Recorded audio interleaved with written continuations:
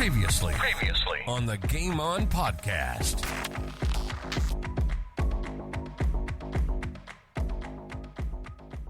Now, Double A, how did all that come about, Rowie? How did that come about? Yeah. In 1997, I got interviewed by Barry, Ian, and Pilco, Baz and Pilco. What, to play the part of Peter Plus? Yeah, keep going, Rowie. I couldn't help myself, Rowie. Keep going. Well, Plussy is actually in this story. Okay. So I got interviewed by him. It was a Crows issue, and remember, I'd been sacked by the Crows, Yep. and I was playing for Norwood. They probably rung 20 people for a comment. No one would comment. Yep. So they ring buffed me, and I did. Yep. From that, Baz quite liked, I guess, the cut of my jib. Yep. So about 2 weeks later, this was coming into the 97 finals, I got a phone call from the producer of the 5AA Brekkie team. Can I do a ad for Target, Corralta Park Target, on Anzac Highway? Yep. And it's a paid gig. I got $50 or something. Yep. I was working at New Style. It was 7:30 in the morning. I thought, I can do that for $50. And I had no idea what it was. I got given a script. It was all ad lib. Yep. I'm talking on air, and then this bloody Peter Plus voice comes on and pays me out, like launches me. Yeah. And I'm thinking, who the hell are you? Like that.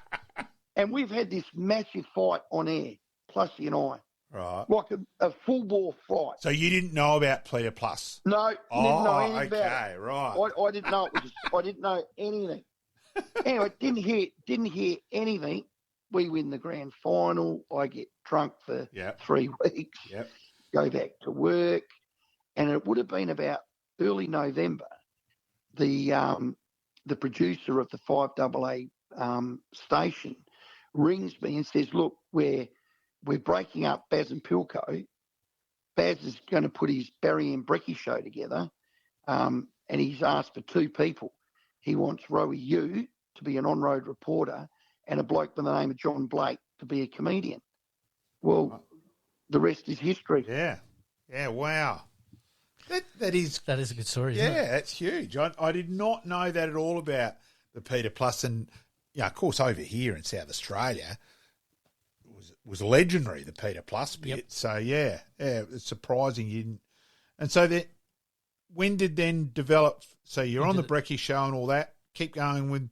So when does the sports side of it come into play? Well, I did the Barry and Brekkie show, I reckon, for 4 years as an on-road reporter. We did the show in New York. We did it in LA. Yeah, I do vaguely remember that. Yep. I love Baz. He is a radio genius. Bloody oath. A radio icon. He's a Hall of Famer, and they will never build another Barry Ian. He is an icon. Him and Fatty Francis, Jeremy Cordeaux, they don't make him like that. Yep. So, truth be known, the quality of radio now as a craft, shit. Mm. Crap. And I tell you why it is crap. Because the do-gooders, the cancel council, whatever you call them, the political correctness has stifled, killed, muffled, and destroyed the Australian humour. Yeah, no, and I think that's everywhere, Rowie. It's not just, it's obviously not just radio, but it's absolutely it's absolutely everywhere, Rowie. Well, try being on radio, mate, and getting reported like I do and get complaints. Yeah. I talk about ease of business. So if you train real hard, have a great pre-season, you do everything right, you work on your weaknesses, when you play, it's a bit easier. There's an ease of business. You can attribute that to any walk of life. When I started radio with Barry Ian, there was an ease of business. The ease of business was I could just be me. Yep. Half the people hated it, the other half loved it. Yep. And that's the perfect little sync for a radio person. And I could just be me. Yeah. Now, there's that many things you've got to check, watch, be careful of. Don't say that. I mean, I get dumped probably three times a show now. Sportscast SA presents Game On. Game On. South Australians' destination for everything sports. Local, national, and international sports. AFL football, soccer, basketball, golf, baseball, tennis, cricket, and any other sports played in this wide world. And we're going to have a blast doing it. So sit back, relax, and let's do this thing. Welcome to Game On. Welcome to Game On. My name's Pete. Once again, Malcolm, you're back from Victoria. Congratulations on a safe trip. Yes. Obviously, Rowie there talking about the media landscape and how things have changed. He's a polarising figure. You love him or you hate him, but he does sometimes speak some sense that sometimes we do go a little bit overboard in what we can and can't say. Oh, very much so. And you can never. There's one thing about Rowie. He's always honest. Jeez, don't ever complain about Stephen on that side. So, yeah. Absolutely. No, we thank Rowie for his time, and obviously we had to split that interview over the last couple of weeks. Yep. So let's get into Around the Grounds. Yep. Around the Grounds. Now today, mate, we don't have any guests lined up in our Past Players, Past Legends segment, but we have done an AFL-only podcast, which has obviously come out a little bit earlier in the week than usual. But we're going to talk some tennis, the SANFL, and soccer as per usual. We are going to do a little bit on the AFL just to kick us off. The Thilthorpe injury for Adelaide didn't go as expected, It's unfortunately. a massive injury. He absolutely vital player. Play that second ruck and potentially could have been first ruck. Let's remember he is a better player than the current ruckman. He was building very, very nicely, wasn't he? So it's a huge injury, massive ramifications with Taylor Walker also getting injured. I was about to say, yep, we did mention that. Yeah, I think it's huge. Now, Port Adelaide, Ollie Lord set for a bit of a stint on the sidelines after a huge blow to Port Adelaide. But injury not at training. Not as big, I don't think, as the Thilthorpe injury, but still very, very important. Yeah, important still. I agree. He's not probably in the rung as important to Port as Thilthorpe is to Adelaide. And that's just purely because of where they're at the moment, isn't it? Yep. Yeah, but it's still a big injury. Yeah, absolutely. We did talk about it briefly on our AFL-only podcast a little bit earlier. The opening round, success? I think overall, and I get why they did it, as we said, for rugby being in America. Yep. For me, out of the 4 games, the most significant was Rao. Rao was wow. Yep. Hey, good call. I called him a bull. I think he was just a bull. Incredible. Absolutely. Something that Adelaide need to look out for this week. Obviously, we'll stick with that a little bit. In Adelaide are obviously playing Gold Coast. What do we expect up there, obviously playing on Saturday night? I think already they're effectively 5 goals down already, the fact that Gold Coast played last week. They've got the cobwebs out. They've also, you're always here. Doesn't matter how much preseason you go, come round 1, it's different. You're blowing, you're panicking and all that. They've got rid of that. I just think it's just, I've gone on and on about it. Mm-hmm. I think it's absolutely disgraceful. I can't believe the other AFL clubs didn't unite and go, no, those 8 teams play last week, must play each other this week. I think it's just crazy. It's incompetent. As we've said, we've already given our tips, but obviously you've picked the Suns as I did as well. Interesting that that the Suns are going in the right direction. I did sort of say last week that they're all chips in and they're an interesting watch for me. So let's also we didn't cover that. Butterick and Powell have been long-term injuries. Get them back. Butterick, son of Craig Butterick, who played for Glenelg. Mm-hmm. Powell, who has had 2 shock injuries. One of them was at Adelaide Oval. Mm-hmm. And I actually know one of the Crows guys who saw as he was getting on the thing, and he said he nearly unloaded his breakfast, and it was horrific. Yep. So I'm wrapped that he's back on the park and playing well. I just think, and Collins, remember they got him from Freo. He was a discard. Yep. And he's up there. He's one of the premier defenders in the game.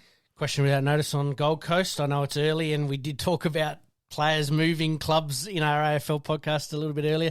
Do we see Dusty heading up there next year? Personally, I still think he'll end up staying at Richmond. I think so too, I think it's a bit of a overkill out of that. Yep. I think we move on. We'll see how it goes. Keep going. All right, let's go to Port Adelaide. We did talk about Ollie Lord very, very briefly there, but obviously playing West Coast 3:30 here in Adelaide on Sunday. Where do we sort of see that one falling? We know that West Coast have got their troubles. Port by 68 points. Ooh, there you go. Even a number on it. Yeah, why not? Maybe we should play a little bit of closest to the pin on that one.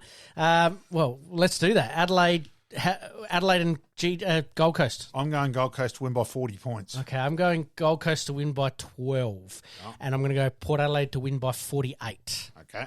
All right, let's see as close as the pin. Bit of fun there anyway. Yep. A couple of weeks ago, the Webster incident on Jai Simpkin was sickening. We both had our comments. We thought it would be an 8 to 10. They get 7. I'm still angry out of that. So am I. In terms of St Kilda went beforehand, right, full attrition, did the wrong thing. Mm-hmm. He's going to plead guilty, accept his whack. Well, accept your whack. The recommendation was 8 weeks. Yes. Accept that.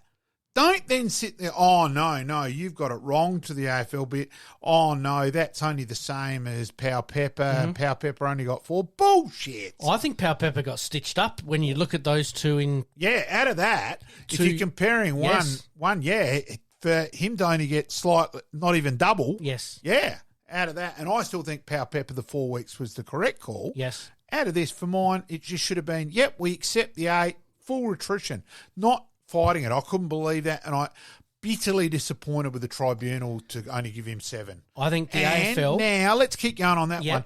What a surprise. You're going to steal my thunder. You're a bugger on that one. Yeah. You've come back from Melbourne refreshed, and you're just stealing all my lines. That was going to be my point in that we and I was quite adamant that it should be 8 to 10 in that they needed to set a precedent. Now, here's where you were going with it, and I jumped in and stopped you, in that guess who is playing each other in round 8? And exactly. So they've now got a promotion for the St Kilda North. There was no promotion for that game. All of a sudden, we've got something to throw at it, St Kilda North Melbourne. My other beef out of that has always been this. What should happen, he's got 7 weeks. One of that 7 weeks should be the next time they play that side. Yep. So exactly the same thing on Power Pepper. The next time they play Adelaide. It was Adelaide. Yes. Next time they play Adelaide, he shouldn't be playing. Yep. I've always said that. Yep. So that therefore it's quite ridiculous. St Kilda lost Webster. Lost Simpkin. North Melbourne lost Simpkin. Yes. Adelaide lost Keane. Well, where's your retribution for that? Mm-hmm. There should be something in that, and I've always said that. Is it a case of if the AFL independent doctors come on board to make concussion decisions, and it is a judge to be a deliberate, well, not a deliberate act, but an act that will come under scrutiny from the tribunal, is it a case of that a player can be removed from the game? Oh, I've always said that as well. Yes, of course. The red card. Yes. So that way they don't have the extra rotation, they don't have the extra player. For the real blatant one, don't have the umpire doing it. Yes. Have someone up in the box. Webster, we all saw how bad that was. Yes. That's just a no-brainer. Exactly. Okay, there's only been a few, like there was Stewart on Prestia 2 years ago. Was it 1 or 2 years ago? Either way. Yes. Out of that, there's only been 2 or 3 in the last few years. I don't have Power Pepper in that one as clear cut. Webster, blatant clear cut, yes, must be sent off. Yep. Farcical. Yep. And your other bit out of that is AFL players in general are pretty well disciplined.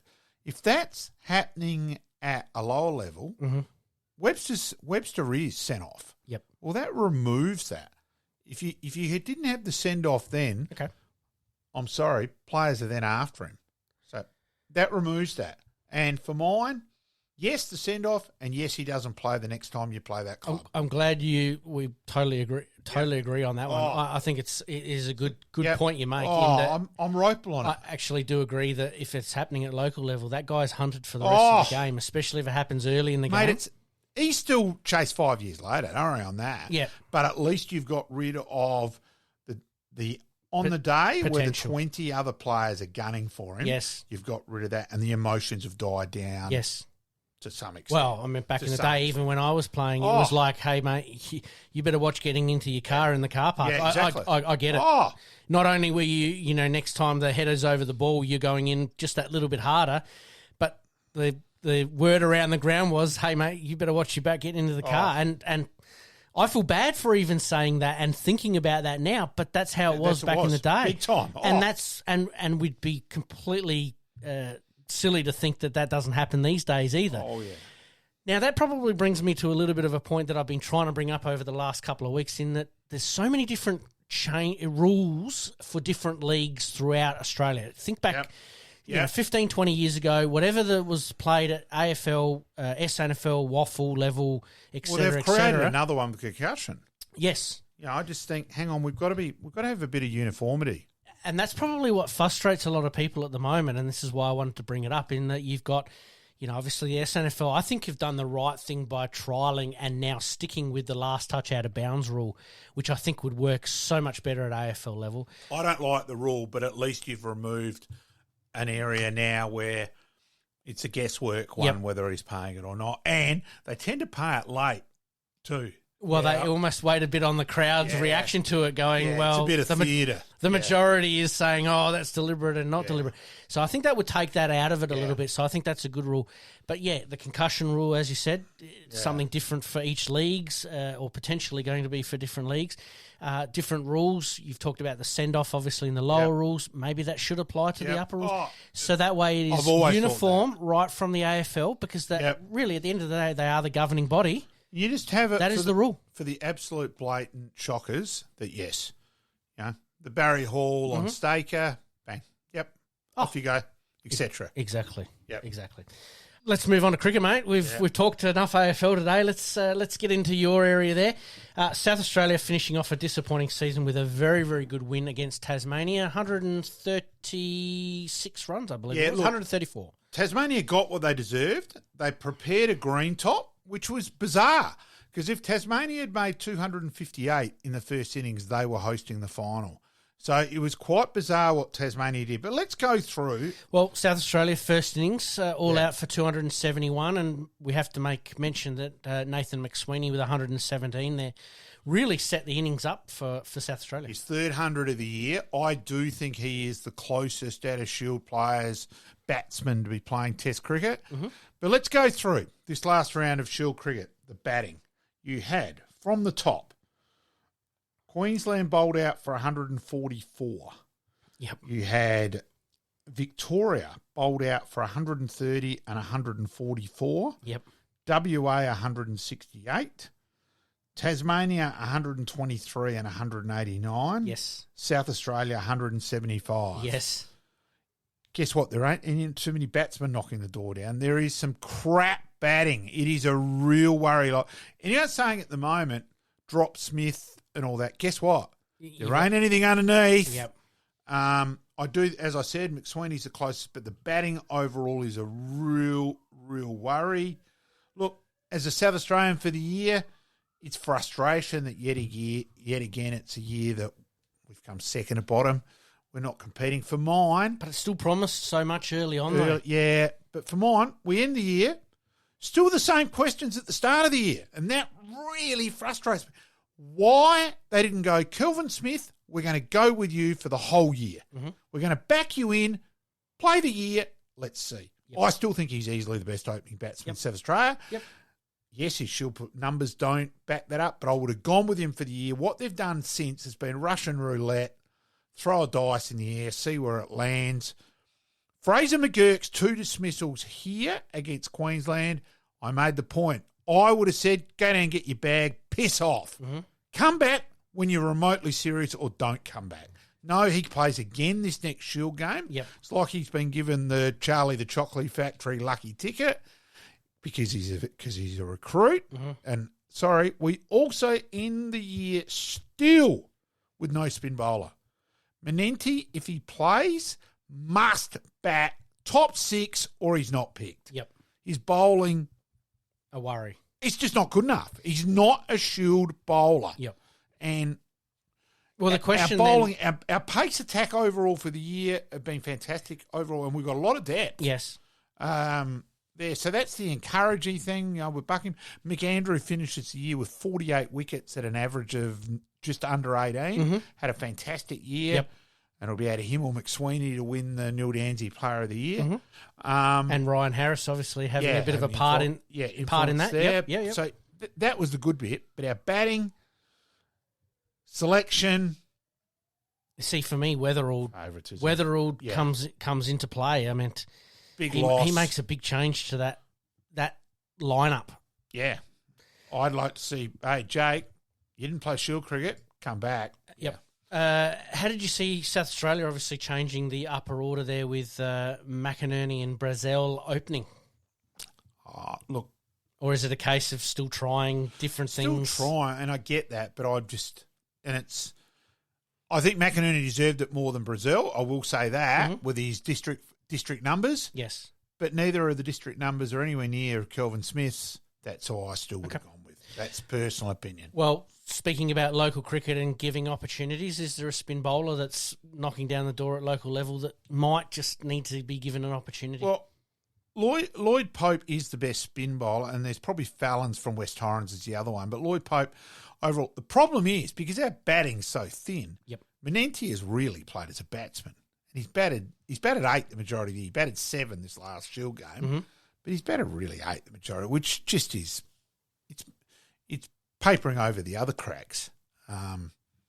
So, yeah. Well, changes are happening at the Sacca. We did mention that a couple of weeks ago. I'm assuming now that the season is pretty much done and dusted that more changes will come about. Obviously, we will try and cover the district semi start this week, and then it's the grand final the week after. We will have a district cricket, hopefully. Yep. Hopefully get Tom Kelly on in the next week, Absolutely. or Sam Kerber from uni, whatever. We will have someone. Absolutely. Looking forward to that, and obviously keeping local cricket in the news, and obviously interested to see who's in form and who might take out the title this year. So obviously the upset loss to Tasmania will cost them a home final. McSweeney obviously guiding South Australia's first innings and really the match towards South Australia winning. So, look, the pitch was doing plenty. It really was. Also, Connor McInerney comes into the side, took 5 catches, which is obviously a hell of a lot for a fielder. I reckon every single one of them was at 4th slip, which is just unique. So, again, yes, you probably, as regular knowers, know that I'm a stats weirdo. Pretty incredible. You and me both? One. Yep. Very good. Yep.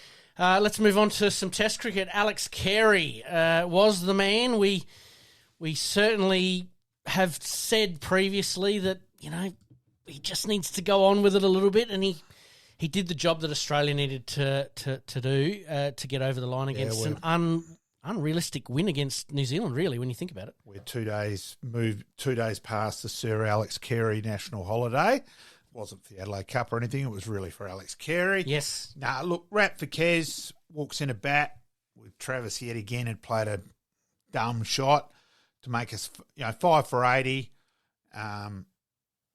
Pretty poor LBW decision given against Alex. Thank goodness he did review. Yes. Out of that. That was a guide dog was umpiring at that stage. Yep. Which would have had a 616 and the game would have been over. Yep. Instead they get through. We've made the point I think Marsh's LBW proves that, for mine, that vehemently proves the DRS still isn't working anywhere near as well as it should, because that was going to miss leg stump. That has to be blowed out. That the ball decides it's going to change direction to hit leg stump, for mine, was bizarre. I think we've seen that all over the world with DRS. There's been some that have missed the stumps by millimetres, and yet it's still been given out. It's like, hang on. Yeah. Margin for error and all that kind of jazz. Mate, I know you love your stats here, so I'm gonna throw one at you, but I reckon you might already know this one. But anyway, Australia has chased 3 totals of 250 plus in the fourth innings of a test in the last 15 years. Australia defeating South Africa at Johannesburg, England at Birmingham, and obviously New Zealand in Christchurch.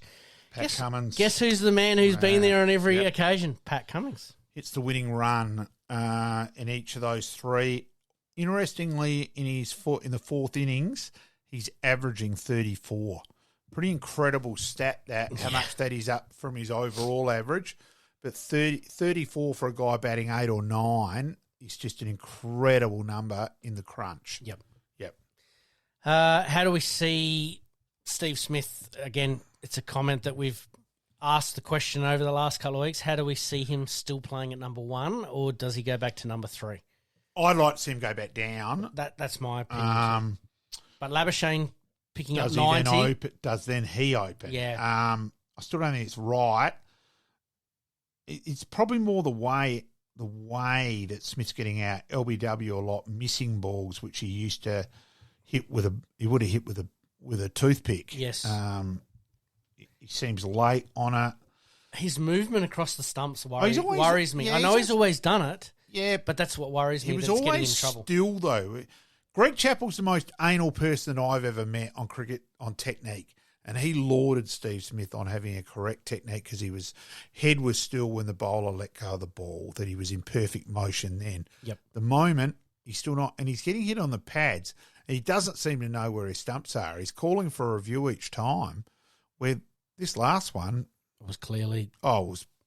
Blind dog could have seen that it was out. Yep, yeah. Fair call. All right, let's move on. WPL, best figures by a player, Alex Carey, absolutely dominating. 4 overs, 18 dots, 6 for 15. and makes 40 and gets a catch yet again. She's up there as one of the greatest sports people in Australian history. Let's also remember how good she was at soccer as well. Yeah. Let's not forget that. Yep. And the darling of the cricket world continues to deliver. Absolutely. Can't disagree with you, mate, but doing good things not only here and abroad, but, just generally for cricket in general. Don't the Indians love their WPL? It's just crowd everywhere. No. It's crazy, isn't it? Absolutely crazy. Before we leave the cricket, Aussie coach nominates Mitch Marsh to be T20 World Cup skipper. Good call or bad call? Yeah, I've got no problem with that. Let's also remember WA have dominated. He's quite often been the captain of WA with the Scorchers. I've got no problem with that because Pat Cummins really isn't a certain selection in that side either. So, yeah, I think it is. And also, how much more Marsh plays of that variety, and it is different. Yep. So I like it personally. No, fair call. I like it as well. Obviously, you've got to change the team up a little bit, and like you said, WA are doing very, very well, and once again find themselves in another final. So, can't argue with what they're doing in WA, and maybe South Australia should model it a little bit on what they're doing. Anyway. Yeah, quick thing on WA cricket. Will Bazusto was in the Redbacks squad, lost his Redbacks contract, moved back to WA, has made, it's either 500 or 600s and was in line to break a WA cricket record. So might try and get the Boz on. We'll chase the Boz up as well. Excellent. The boss of WA cricket at the moment. I like it. All right, let's move on to SANFL. Some winners from a very, very hot weekend over here, mate, in South Australia, because I know you're in Victoria. It was probably a tad cooler, but not much. Yep. Games were being moved left, right and centre and changed around, but obviously Sturt beating Glenelg, which was a little bit interesting, but obviously it's only a trial game, so we'll let that one as it is. Central beating West, sort of understood that would probably be the case, and Norwood beating North in a game that I thought was probably better to be played on a Friday night, but they played it at 9 a.m. on a Saturday morning. A bit. I just think it's so hard to take anything out of it because it was just too bloody hot. And that was the word I got back from people as well. Obviously, I probably spoke to people. I have spoken to people at about 11:15, I reckon it might have been. Yep. Just trying to find out what happened and what went on. I got a couple of calls back as well to me. Am I led to believe this is the first game you've missed in a while? Yeah, it is for a while. First time was certainly, No, I did have one work a couple of years ago where I had to go, where I was away, and Mr. Nord home game. I thought the players should have worn black armbands that day, but yeah. I like it. All right, let's move on to this week's matches. We've got Sturt v Adelaide, West v Glenelg, South v Norwood, Centrals v Woodville West Torrens, and North v Port. Some interesting games there. Yeah, I just always take trial games with a grain of salt. It's try things, it's who's available. Nordell's just trying to get Harry Boyd to the line for round one. He won't play. Yep. And Nord actually have a lot of serious injuries. A bit of a worry how many serious injuries Nord have got at the moment. They've probably got nearly 10 players won't play round one. So there's a lot there. Hopefully it's not a case of what happened last year where it is a bit of a worry. We were struggling to get going there for 10 or 11 rounds.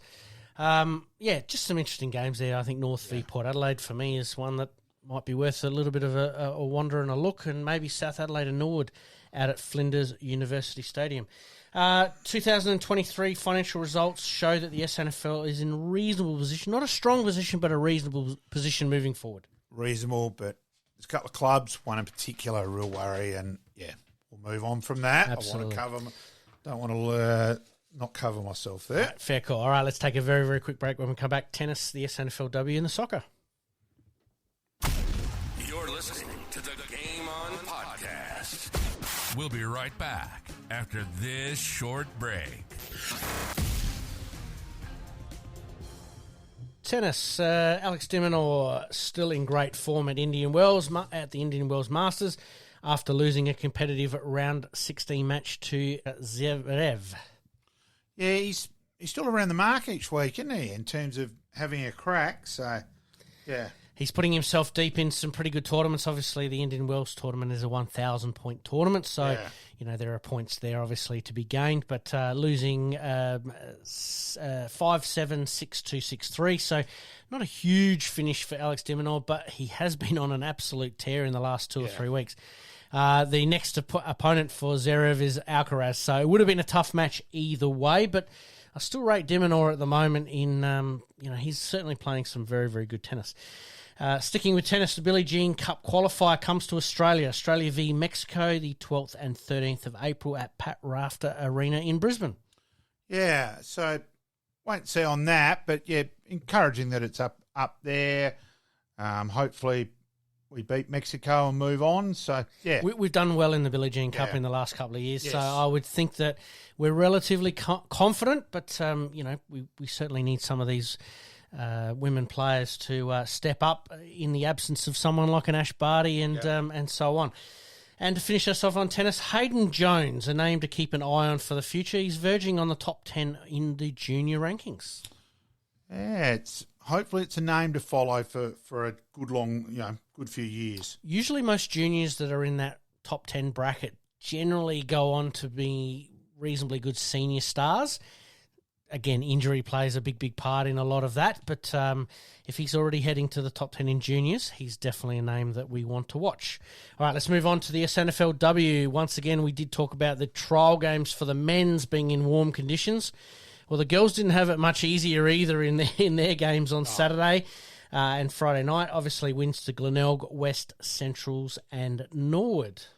Yeah, in terms of Sturt started well against Glenelg, and normally in the women's games, from there, but then they came in. Jessica Bates, who's come back from Collingwood, is proving to be a good recruit. Massive. 27 positions. Piper Window probably, while contributed round one, was a little bit quiet. Was more did a bit more in round two. Yep. Ellie Kellock and Jasmine Stewart also did well. Indy Rashid gets the breakthrough player of the week around, and don't worry, we'll see that name. Yep, should be the best player in the AFLW within 3 years. Mm-hmm. But I just think Glenelg there might be a bit more deeper than that bit deeper than it deeper. So they're around the mark. Is it a case of say someone like a Piper Window, obviously being on Port Adelaide's list, the different regime a little bit. She's got to change certain things to being almost a full-time footballer these days. Is it a case of just trying to find that adjustment level? Yeah, I think they leave her alone at the moment. She starts at Glenelg and then gets taken out of the SANFLW. The SANFLW sides. Yeah, but there would be programs that would be sort of done on their own or given to them a little bit. A bit. I don't think quite as much as the AFL men. Yep. Yeah, fair call. That's all right. Centrals show no signs of slowing in their premiership defence. They were good, and Norwood obviously getting their first win of the season as well. And the Tigers, like you said, look very, very good at the moment. Yeah. Look, Caitlin Rosenwig has been the best forward in the game. I can't work out how she's not on an AFL list. Yep. But she got held goalless round one, which is very unusual. Rebounded in round two with 3 goals. Mm-hmm. So yeah, and young Borges.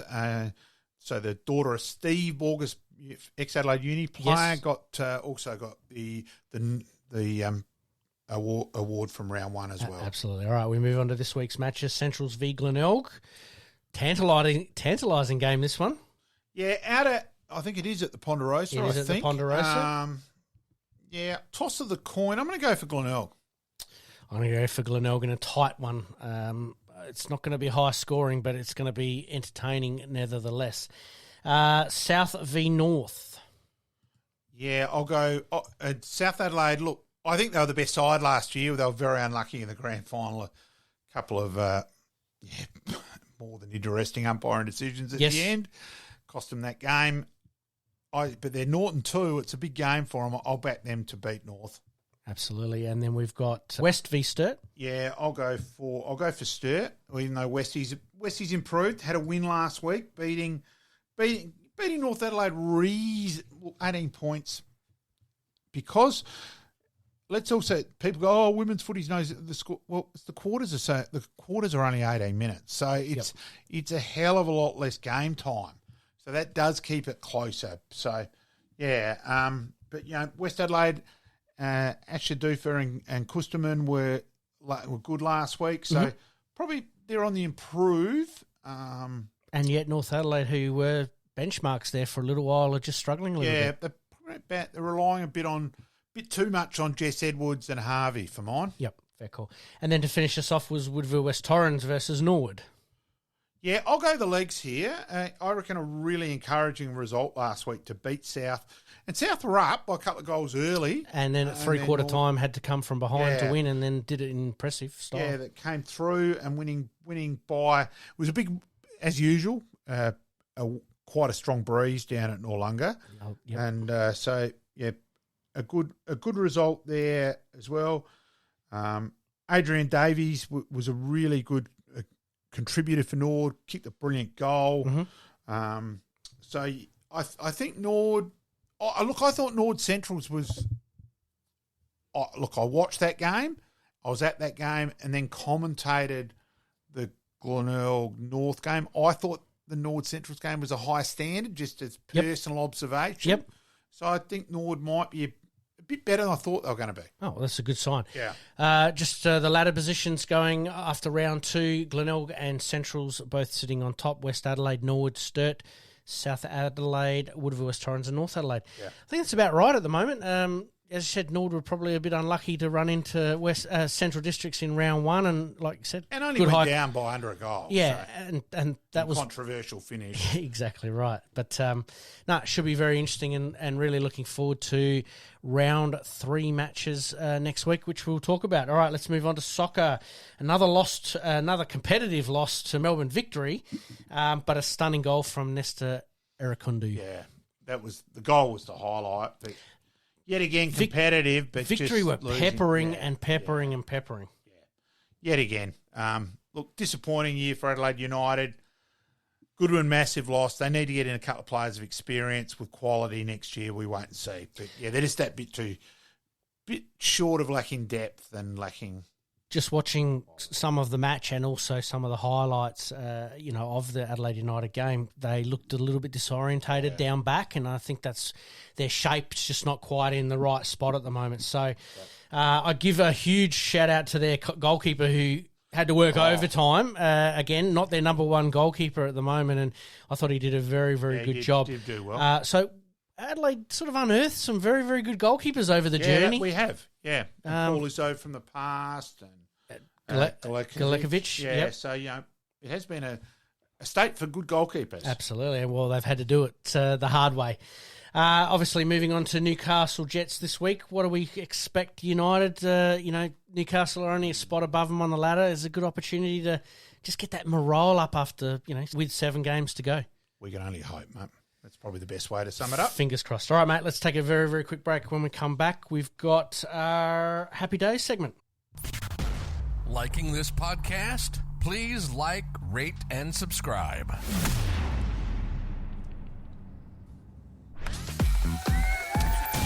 Happy Days.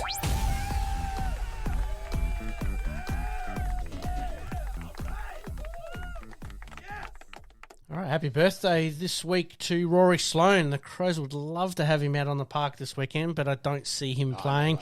Obviously with that eye injury, but originally from Victoria, Sloane was the first part of the TAC Cup side, Eastern Rangers under 18s. When he was only 16, went on to captain the Eastern Rangers in 2008. And then he was drafted by Adelaide with pick 44 in 2008. Bit of a steal, really, when you think about it. Yeah, he was in the end. He's the Energizer battery. What you see on the ground's what he is off the ground as well. Yep. I've done a few coaching clinics with him. I will say when his then girlfriend, now wife, may have come to pick him up one day, that was a Gillette great moment in sport. We were certainly, the three coaches were far more interested in him than in her than Rory. Yep. And Slaney did say that was fair enough too. Yep. But he's a great bloke. He's been a great leader. But I think, as I said, where I love is what they give off is what they are. Yes. And that's where I really like Rory Sloane. Absolutely. Sloane strained his medial ligament in his knee prior to the start of the 2009 season, but upon returning quickly forced his way into the North Adelaide seniors. Now, This is what a lot of people don't understand, is that back in the day, the AFL players went back to their SANFL club. I still prefer that, personally. And showed strong forward, prompting former guest Neil Craig to comment, "He'll be an exciting player for us in the future. Our supporters will really like Rory Sloane." Sloane made his debut in round 20 against Hawthorn and did not record a kick but had 7 tackles. That's an impressive little stat there, but Neil Craig, wasn't he? Craigie got that one right. Absolutely. Guru. Look, on that's what he's like. 7 it's bang, he's always at the contest, always gives you 100%. That's why I think he'll be an important sub-player for Adelaide this year if they don't need him, Especially if there's actual wet games. Unfortunately, we don't get the muddy like we used to, though. Yep. So, fair call. Yeah. Sloane is a dual Malcolm Blight medalist and was selected in the All-Australian team in 2016. He's also won Showdown medal in 2017. Sloane served as Adelaide's co-captain in 2019 and sole captain from 2020 to 2022. They got an absolute steal with Rory Sloane, and he's proved his worth. And Neil Craig said it. Exciting player, and will continue to be an exciting player. Quality person. I hope Adelaide keep him around in some capacity after his career is gone, in some sort of development role, coaching role, leadership. Yeah, I hope so. Exactly. Yep. All right, we move on to cricket. In 1996, Australia beats the West Indies by 5 runs in an amazing Cricket World Cup semi-final. Yeah, where West Indies were cruising. Absolutely cruising. And I'd like to have the score sheet in front of me. I reckon they lost 9 for 38 on memory, something like. It's around that mark. Yes. And just, somehow Australia won. You got a very good memory, mate. Again, Australia-West Indies, great rivalry over the journey, but not as much these days. But, back in 1996 was probably one for the ages, that's for sure. All right, we move on to boxing. 1985, Larry Holmes, TKO David Bay in 10 for heavyweight boxing title. Yeah, he was certainly the name on everyone's lips there for a while, Big Larry. Wouldn't want to run into him in an alley. No, yeah. No, you and me both. Yeah. All right. I'd want to be in a car, put it that way. Yes, or something moving very, very fast. Baseball 2020, as we know, Major Baseball League suspends the remainder of spring training and delays the start of the regular season in response to the COVID-19 pandemic. Return dependent on recommendation for Centre for Disease Control. What a time, really, when you just think back to it. It was only 3 years ago that we were actually going through this. Yeah. And major sports were basically saying, hang on, stop. Yeah. We have to stop. And we just had to. Exactly right. Yeah. Just amazing from the point of view that it was only 3 years ago, and it doesn't seem that long ago. And to finish us off, mate, 1971 in tennis, Australian Open men's tennis, Ken Rosewall of Australia beats American defending champion Arthur Ashe 6-1, 7-5, 6-3. First man to win an Open-era Grand Slam singles title without dropping a set. It's incredible, really, because the other thing, Ken Rosewall, it was probably an earlier version of Leighton Hewitt to some extent. Just got the ball back, knew his angles, knew his game, because he didn't really have the power. Certainly didn't have the power serve to get the 3 points. Yes. But just kept going, just kept returning. The ball just kept going back over that bloody net more times than the opposition. Well, we could almost say, what does Rosewall, Leighton Hewitt and Rory Sloane have they have Energizer Bunny endorsements coming their way. Spot on. Exactly right. All right, mate, let's get into the extra time big finish. Extra time, big finish. All right, mate, let's wrap up today's big episode with the F1s. Riccardo's return isn't as certain as we thought after Red Bull director pulls no punches as to where he sits. Yeah, it was a bit interesting that. It was 1 minute he's in favour, next minute he's not. Bang, it's a bit weird. Absolutely. Yeah, I can't quite work that one out at the moment. It's going to be an interesting watch. All right, let's move on to the NBL. After entertaining final series, we're now down to a 5-game championship series between who we picked last week, the Jack Jumpers and Melbourne United. Yeah, and like the Tasmania-Perth game was quite unusual. The away sides winning. So Tasmania came back in that third game. Yes. And got up reasonably convincingly in the end. And surprise, surprise, WA when they lose something. Yeah, I won't bet the coach to survive. Very, very short rope as far as that goes. Yes. Just interesting, and we've talked about it previously with the play-in tournament and then the seeding qualifiers and so on, and then the playoff series is a best of 3, and now we're into the championship series of 5. But both of those playoff series games both went 3 games, which is great for basketball, and, obviously from a watching point of view or a spectating point of view, you're getting value for money out of the basketball at the moment, that's for sure. Go the Jack Jumpers. Absolutely. All right, we stick with basketball, but with the NBA, Paddy Mills, obviously Australian, being given a lifeline by the Miami Heat after being released by the Atlanta Hawks, and he's actually gone to a pretty good team because they're going to be competing. Hopefully. So he might end up the winner out of this one. It almost reminds you a little bit of Aaron Keating with Adelaide in the finals, in that moves from a lower league to the upper league and wins the grand final, then goes back down and wins another grand final. Paddy might be in the same boat. Might add more beers than touches on that week too, and quite convincingly, I may add too. Fair call. All right, the NRL. Let's move on to the NRL. You can't be serious moment. NRL is Australia's most popular sport. What bathwater are you drinking there? Yeah. Pull the other one. It does play Jingle Bells, etc. Go fly over the moon. Yeah, load of garbage. I just scratch my head at that one there. The Las Vegas experiment, long-term view, as the first-year success wasn't exactly overwhelming. It depends on what the metrics are, I think. They're saying the TV wasn't great. Yeah. So that's probably a little bit disappointing there. So it'll be interesting. But it is the first year. Yeah. Think about Port Adelaide going over to China, etc. I've got first couple of years weren't exactly great, but it's going to be around for a while. Yeah. Started to sort of build a little bit of momentum there. So, interesting. All right, tennis. Djokovic, true colours come out in a loss to a little-known player, Luca Nardi, at India Wells. You're not the best loser in the world. It was a bizarre moment too, because Djokovic expected the ball to be called out. This was in the second set, and Nardi sort of half went to stop, but then dinked the ball back over the net, and then they played out the point, and then Djokovic obviously lost the point and went, what's going on? He stopped, but the umpire said, no, he didn't stop. There was no call. You have to play to the umpire's call. So, he lost the plot, absolutely. So, interesting little stat that he hasn't actually had a tournament win. Like, he's won matches within tournaments, but he hasn't won a final for 2024, and just some cracks are starting to appear. It's not even that. It's behaviour like that which loses him with a lot of the average punter. Yep. While we're not real big Djokovic, while we don't have him up with Federer and Nadal and all that, where really on performance he is. Yes. But purely because it's stupid shit like that, he loses it. With respect. We have to look at the entirety of the player's career, not just their wins and losses. Yeah. Totally agree. Doubt remains over when Rafael Nadal might return after another withdrawal. He's only played 12 matches since 2022. That is an amazing statistic in itself. Yeah. For mine, the fat lady's warmed up a while back. It's time. I think he's just trying to edge his way or inch his way towards the French Open, but if he's not playing at his best, and this is what he seems to be sort of saying subliminally, is that if he's not playing at his best, he doesn't want to be playing at all, and this is why he's withdrawing from tournaments. All right, mate, to finish off, a couple of questions there. AFL clubs bottoming out.